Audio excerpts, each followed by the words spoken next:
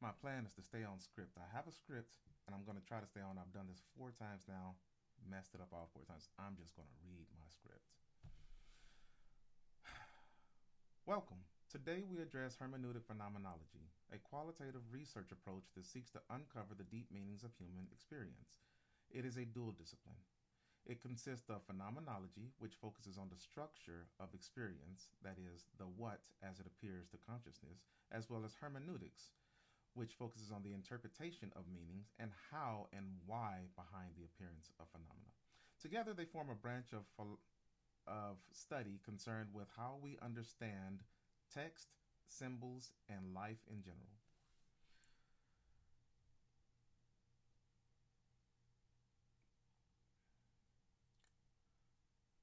The prehistory of hermeneutics starts in ancient Egypt about 6000 BCE with the messenger god Thoth.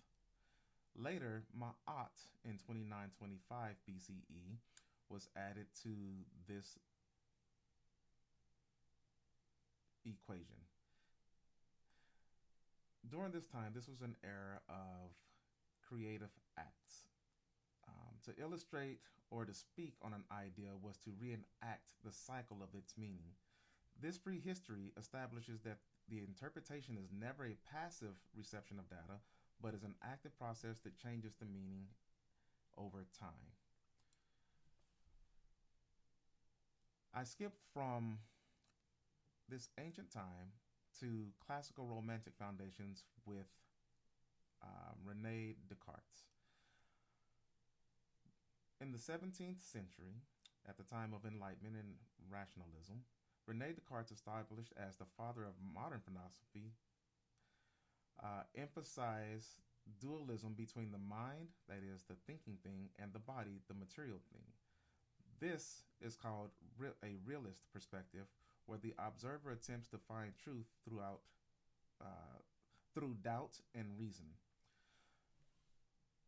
During the following progression of how this study research method developed was in the Romantic era with Friedrich Schleiermacher.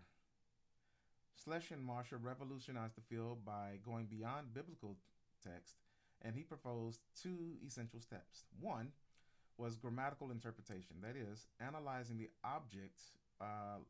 objective linguistic structure of a text, and two, psychological interpretation, that is, reconstructing the inner life and subjective intention of the author.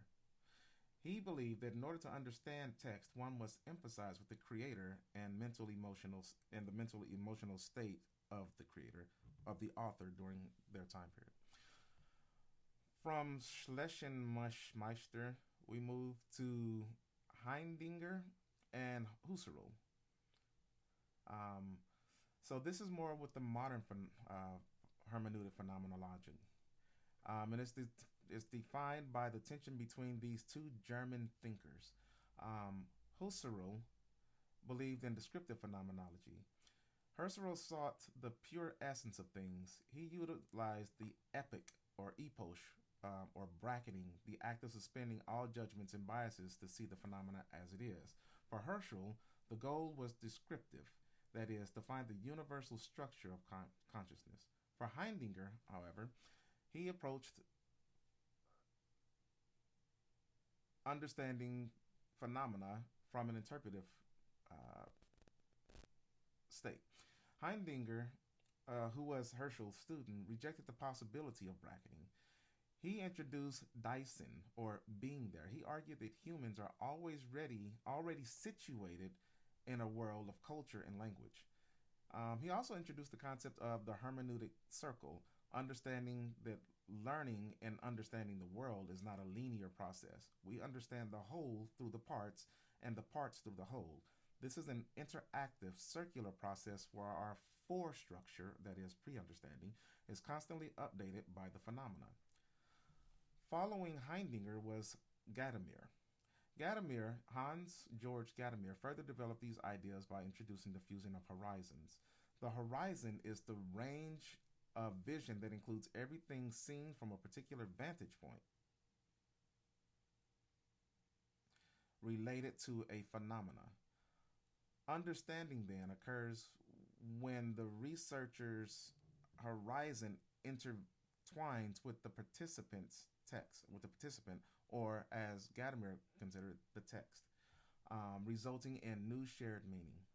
In the late 20th century, Max van Manen emphasized reflective nature of his work, combining phenomenological description with hermeneutic interpretation to explore the life world of the individual. Methodological approaches, applications. How do we apply these philosophies? Well, the process is generally follows 8 steps. That is, one, and these were developed by Gadamer. That is, one, adopting a four structure. That means acknowledging our own biases and pre understandings. Two, data representation. That is, typically through semi structured or in depth interviews. Three, thematic identification. That is, identifying the meaning units or segments of the text that are comprehensible on their own. Four, thematic labeling. Applying interpretive labels that reveal the essence of the experience. Steps 3 and 4 should sound a lot like thematic analysis with the coding. 5, that is interrelationships, looking at how these themes connect from a holistic picture that's connecting the themes. 6, writing and rewriting, using the power of the interpretive pen to refine meaning. 7, ideographic level analysis, that is, seeing first to understand the individual case before looking across the case at patterns. This could involve using concept maps at this point. And the final step is double hermeneutics, that is, recognizing that the researcher is interpreting the participant, who is the text, who is already interpreting their own life. In conclusion, hermeneutic phenomenology assumes that we cannot bracket ourselves out of the world. Instead, we use our active reflexive selves as the instrument through which phenomena is positioned and understood. It is the art of seeing the universe within the particulars.